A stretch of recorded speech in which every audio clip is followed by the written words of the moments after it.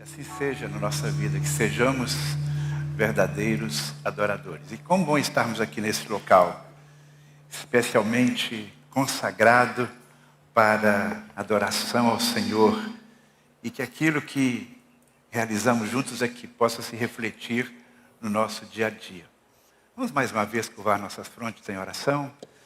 Querido Pai, agora quando vamos meditar na Tua Palavra, nós te suplicamos que o Teu Santo Espírito nos conduza para que possamos compreendê-la e aplicá-la às nossas vidas.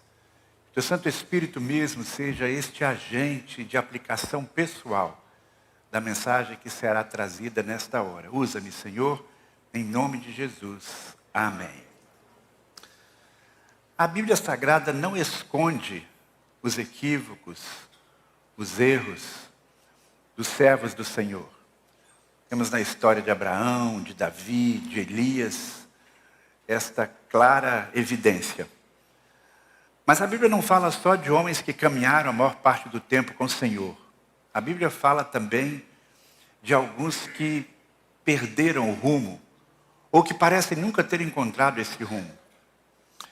E às vezes a gente olha para a vida de algumas pessoas que se dizem servos do Senhor, e fica pensando, será que essa pessoa, na verdade, é mesmo um cristão? Afinal de contas, Jesus Cristo fala sobre a vida que devemos ter como sendo uma vida frutífera, e os frutos são uma evidência da conversão. Na verdade, se por um lado temos esta verdade de uma maneira clara, por outro lado, a Bíblia mostra também algumas pessoas que, se nós olhássemos só o comportamento delas, nós diríamos, eu não sei não, acho que esse aí... E talvez alguém olhando para a sua própria vida fique em alguns momentos em dúvida. Será que eu estou demonstrando os frutos que revelam a minha identidade? Nesses tempos de política, então, é muito comum encontrarmos pessoas que, se declarando cristãos, revelam o que existe de pior dentro delas. E aí nós nos perguntamos, são essas pessoas mesmo justificadas por Deus? Podemos dizer que, à luz da doutrina maior da Bíblia, são justos? Existem personagens que são verdadeiros enigmas. Nós não sabemos exatamente qual a real condição espiritual deles. Mas, ao mesmo tempo, a Bíblia traz revelações que são surpreendentes. Porque algumas vezes a Bíblia declara exatamente quem elas são. O fato é que, por surpreendente que possa parecer, há justos que agem muitas vezes como os injustos. Quando é que um justo age como um injusto? O que acontece na sua vida? O que o leva a agir desta maneira? Quais as consequências dos seus atos? É sobre isso que vamos falar nesta manhã, à luz de um personagem que se destaca não pelos seus acertos, mas pelos seus erros. Nós temos falado nesses últimos domingos sobre Abraão, e algumas vezes falado sobre o seu sobrinho Ló. E é sobre Ló que nós vamos refletir nesta manhã. Vamos pensar juntos na história desse homem, aquilo que a Bíblia fala a seu respeito.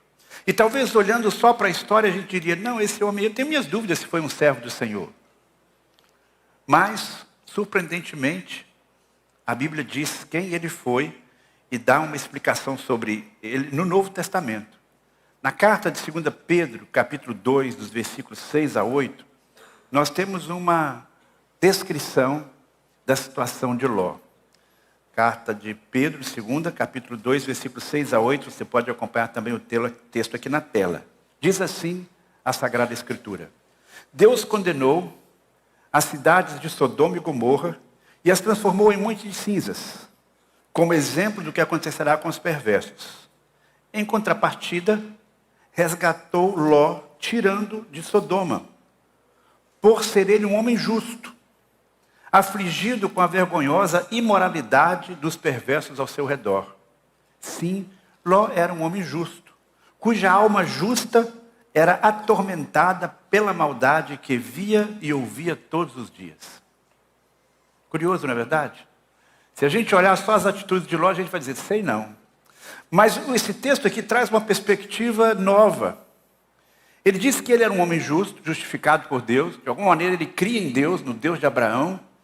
De alguma maneira ele guardava alguma esperança de uma ação de Deus que vai acontecer muitos anos depois através de Jesus Cristo. Mas ele tinha interiormente alguns valores, mas ele não conseguia viver à luz desses valores. E um outro detalhe interessante é que ele vivia num contexto que era extremamente adverso à sua fé.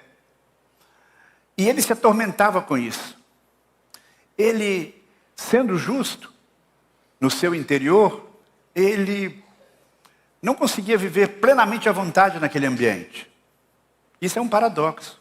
Eu costumo dizer que se uma pessoa passou por uma experiência realmente de conversão, mas está longe dos caminhos do Senhor, ou vive num ambiente muito adverso, sem viver como cristão, ele vive numa crise muito grande. Ele não consegue, entre aspas, curtir tudo que o pecado oferece. O texto diz claramente aí 3 vezes que Ló era um homem justo, uma alma justa, mas vivia atormentado. Ele vivia em crise pelos pecados que ele via ao seu redor. Quando Abraão ora ao Senhor, clamando por Sodoma e Gomorra, no final de tudo dá a entender que tinha alguns poucos justos. E dentre esses poucos justos, capítulo 18 de Gênesis, está Ló. Ele dá então alguns sinais de justificação, mas ao mesmo tempo, seu comportamento não era um comportamento compatível com a sua fé. Eu vejo na vida de Ló o claro exemplo de um justo, que muitas vezes está vivendo como um ímpio. E nós podemos nos inspirar com os bons exemplos na Bíblia, e podemos também estar alertas e evitar o caminho daqueles que, mesmo sendo servos do Senhor, não andam no caminho da santidade. E o que aconteceu? O que levou Ló a agir dessa maneira? Em primeiro lugar, eu destaco as escolhas dele revelam cobiça e egoísmo. Lembram-se daquela proposta? Abraão faz uma proposta para Ló, dizendo, olha, não dá mais para a gente ficar juntos, está havendo aqui um grande conflito. Então você escolhe para onde vá. Se você for para a direita, eu irei para a esquerda. Se você for para a esquerda, eu irei para a direita. E diante daquela situação, havia 2 terras diferentes. Uma terra inóspita, mais seca, e uma terra mais vistosa, mais bonita. Vamos relembrar a decisão de Ló. Diz o texto sagrado, lá no capítulo 13, versículo 10 de Gênesis. Ló olhou demoradamente para as planícies férteis do Vale do Jordão, na direção de Zoar. A região era toda bem irrigada, como o jardim do Senhor ou como a terra do Egito.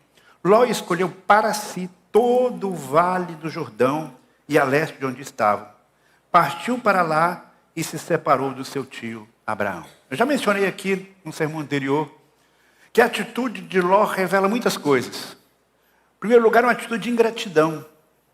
Porque, na verdade, quem o levou e com quem ele caminhou e que, de alguma maneira, fez com que ele fosse abençoado foi o seu tio.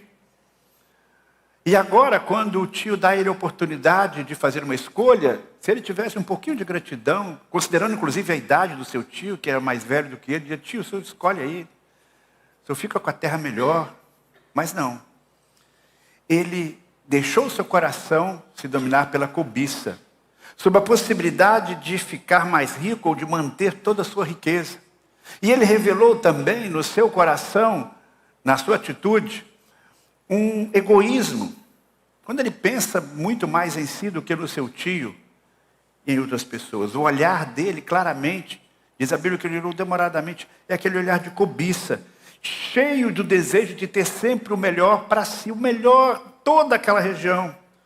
Os olhos dele brilharam. Seu coração se encheu de cobiça. E ele, com esta decisão, revela esses 2 sentimentos. Cobiça e egoísmo. Quem cultiva a cobiça, meus irmãos, na verdade tem um coração insaciável. Nunca vai estar satisfeito. Quem se deixa dominar pelo egoísmo, pensa apenas em si mesmo sem perceber as consequências dos seus atos, das suas decisões, na vida das pessoas ao seu redor. O egoísta pensa cada vez mais em si e não percebe as necessidades das outras pessoas. E a história de Ló revela claramente esses 2 sentimentos. E este é o sentimento que pode vir no coração de um servo de Deus, de um justo. Mas quando ele se deixa dominar por isso, ele vai agir como um ímpio. O que suas escolhas têm revelado sobre o que está no seu coração? Existe no seu coração, por exemplo, um desejo enorme de ficar rico? Eu diria que esse desejo é muito forte no seu coração. Esse desejo não é um desejo que vem do Senhor. Que você queira ter um conforto pessoal, melhorar de vida, ok, mas até que ponto? Você quer ter mais riqueza com que propósito? Simplesmente pensando em si, na sua família, ampliar o seu poder de influência? Ou você deseja isso para poder abençoar outras vidas, para servir mais no reino de Deus? Lembremos o que nos diz a palavra de Deus no Novo Testamento. Pois o amor ao dinheiro é a raiz de todo mal. E alguns, por desejarem tanto dinheiro, desviaram-se da fé e afligiram-se a si mesmos com muito sofrimento. Todos nós sabemos muito bem que tanto a falta de dinheiro, quanto a busca excessiva pelo dinheiro, ou quanto a abundância do dinheiro, traz um potencial de conflito muito grande, por causa da cobiça, que é inerente ao coração carnal, por causa do egoísmo. Peça então a Deus, meu querido irmão, para que esse tipo de sentimento não se enraize no seu coração, porque mesmo você sendo um justo, mesmo você sendo um cristão, isso pode acontecer. Não estamos imunes a isso. E por isso devemos pedir, Senhor, arranca do meu coração desejo da cobiça, o desejo de ter além daquilo que eu preciso, e o egoísmo que me faz desviar dos teus propósitos. Uma outra atitude que revela um justo agindo como ímpio foi a atitude de Ló em relação à sua família. Quando um justo age como um ímpio, ele não protege a sua família dos impactos negativos de uma sociedade corrompida. No capítulo 13, versículos 12 e 13 de Gênesis, nós lemos: Ló mudou suas tendas para um lugar próximo de Sodoma e se estabeleceu ali entre as cidades da planície. O povo desta região, porém, era extremamente perverso e vivia pecando contra o Senhor. Olha só que descrição, olha para onde ele foi. Para um lugar onde o povo era extremamente perverso e vivia pecando contra o Senhor. Eu sei que a gente não tem como blindar completamente a família da gente, especialmente que a gente vive num mundo pecaminoso. Mas o lugar onde estamos, o lugar para onde vamos levar a nossa família, é algo que nós temos que levar em consideração. Aonde é que eu estou colocando a minha família? Para onde é que eu estou indo morar? Terei força moral, espiritual, para viver nesse lugar? A minha família terá estrutura para viver nesse ambiente? Ele foi alargando as suas tendas e se comprometendo. O ambiente para onde ele estava levando a sua família era um ambiente de muita depravação. O texto diz na sequência dos textos seguintes, que descreve a situação de Sodoma e Gomorra, que havia ali muita imoralidade sexual, homossexualismo desenfreado, abusos sexuais de toda espécie e falta de temor a Deus. Então, se por um lado havia uma perspectiva de riqueza material, mas sob o ponto de vista moral, era uma pobreza, uma degradação muito grande. E a situação ali era tão difícil que não havia nem sequer 10 justos. Lembram da conversa de Abraão com Deus? Quando Deus diz: olha, eu não aguento mais aquela pecaminosidade daquelas duas cidades, Sodoma e Gomorra, cresceu tanto que eu vou ter que destruir. E ele comunica então a Abraão para que ele pudesse de alguma maneira intervir e trazer Ló para junto de si novamente. Só que Abraão se compadece daquelas cidades, ele fica pensando: puxa vida, vai ser terrível. E ele então vai negociar com Deus, diz: Senhor, me perdoe aí, desculpe assim a minha ousadia, mas será que não tem 50 justos ali naquelas cidades que fariam com que o Senhor as poupasse? Deus disse: não tem 50. Senhor, me perdoe, não me leve a mal. 40 pessoas, 45 pessoas. Não tem 45. 40, Senhor. E ele foi negociando, como que está fazendo um leilão ao contrário, né? 30, 20, 10. Aí ele não teve mais coragem de continuar pedindo, né? Ele foi um intercessor, e até quando pôde. O fato é que aquela cidade foi alvo do juízo de Deus, mas Deus, na sua misericórdia, e sabendo que havia ali, surpreendentemente, alguém que era justo, manda os seus anjos para avisarem a Ló que ele deveria sair daquela cidade imediatamente. Por que tudo isso? Porque Ló viveu ali, no meio dos ímpios, mas sem demonstrar a sua fé. Ló não conseguiu exercer uma influência positiva na sociedade e nem mesmo na sua família de uma forma plena. Olha que situação.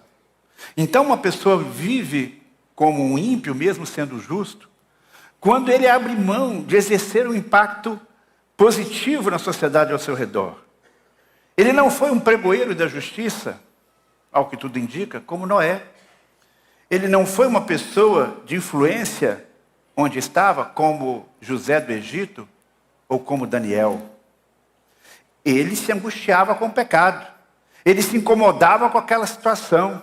Intimamente ele não se conformou com tanta licenciosidade, tanta coisa ruim que aconteceu ao seu redor. E nós podemos perceber claramente um conflito entre ele e os homens da cidade, e que ainda lhe havia no seu coração um certo temor a Deus. Tanto assim que quando ele recebe 2 visitantes da sua casa, que são os 2 anjos do Senhor, e aí os homens daquela cidade querem invadir a sua casa. Ele diz, abra a casa, porque nós queremos pegar esses homens aí, nós queremos ter um relacionamento sexual com eles, nós queremos satisfazer os nossos desejos carnais. E não era mulher com homem, não, era homem com homem que eles queriam. Nós queremos aqui fazer um verdadeiro bacanal aqui. Ele disse, não, de jeito nenhum. Não, vocês não podem entrar na minha casa fazer isso, seria um pecado, uma coisa terrível. Mas olha a proposta dele, eu dou as minhas filhas para vocês. As minhas filhas estão noivas, vocês podem fazer com elas o que quiserem e vamos resolver essa situação. Assim, a que ponto ele chegou? Ele estava realmente numa situação em que o seu impacto de fé e de moral para a sociedade ao seu redor era mínimo. É interessante que ele é chamado pelos anjos a sair com sua família daquele lugar. E ele tenta convencer os seus futuros genros, os noivos das suas filhas, para que eles saíssem todos juntos. E olha só o que diz lá em Gênesis 19, versículo 14. Sabendo do juízo de Deus, sabendo que eles deveriam sair da cidade para evitar o juízo, então Ló correu para avisar aos noivos de suas filhas, saiam depressa da cidade. O Senhor está prestes a destruí-la. Os rapazes, porém, pensavam que ele estava brincando. Ou seja, a palavra de Ló não tinha nenhuma validade. Eles não conseguiam acreditar. Eles não tinham nenhuma moral. Nem mesmo a esposa de Ló seguiu as instruções divinas como deveria. E não conseguiu escapar da destruição. Mas há um detalhe interessante. A impressão que a gente tem lendo o texto é que Ló não foi suficientemente forte, firme, para convencer a sua família. Porque no seu próprio coração havia sentimentos dúbios. No versículo 16 do capítulo 19, nós lemos assim: visto que Ló ainda hesitava, depois dos anjos terem dito, vão embora, junta as suas coisas e vão embora, sair correndo, os anjos o tomaram pela mão, e também a sua mulher e as 2 filhas, e correram com eles para lugar seguro fora da cidade, pois o Senhor foi misericordioso. Olha só que situação. Os anjos chegaram e disseram, vamos sair, vamos lá, está na hora, vamos embora. Cegaram os homens que queriam pegá-los. Os homens não puderam atacá-los, mas agora era hora de saírem correndo. Só que Ló ficou ali, vou, não vou, vai. Ele não demonstrou coragem, fé e diligência naquele momento, força. Ele ficou ali meio duvidando. A dúvida dele foi tão grande que os anjos tiveram que pegar eles pela mão, a família, pegar a mulher, as filhas, arrastando literalmente. Será que Deus faz assim ainda hoje, hein? Pega alguém meio que arrasta. A situação está complicada, ele, rapaz, vem! Eu não sei, mas o fato é que esta atitude de Ló, de estar titubeando, o juízo está chegando, a coisa está apertando, ele não consegue crer, revela muito do seu coração. Revela que de alguma maneira, ele não apenas lá atrás, no passado, cobiçou e se deixou dominar pelo egoísmo, mas de alguma maneira, mesmo incomodado com o pecado ao seu redor, ele estava preso ao que o mundo oferece. Então, um justo age como ímpio quando ele fica nessa amarra, ele não consegue se libertar completamente do que o mundo está oferecendo. Por que ele reluta em sair? Por que o anjo tem que sair arrastando? Porque o coração dele estava amarrado ao que aquela cidade oferecia. Você conhece alguém nessa situação? O mundo parece estar desmoronando. A família está desestruturada. A influência do mal está dentro da casa dele, está ao seu redor. Mas ele não consegue ser proativo e dizer, vamos mudar essa situação, vamos sair daqui, vamos mudar nossa atitude. Parece que ele está relutando em acreditar na palavra do anjo, que a coisa vai ficar pior ainda. Por quê? Porque ele assimilou os padrões da sociedade de alguma forma. Mesmo vivendo um conflito interior. A mulher de Ló sai arrastada. Mas ela não cumpre uma única coisa que ela tinha que fazer. É olhar para frente. E ela olha para trás. E se cumpre então uma previsão de que não deveria olhar para trás, porque senão haveria um castigo. E ela olhou para trás e se transformou numa estátua de sal. Veja o resultado de uma vida dúbia.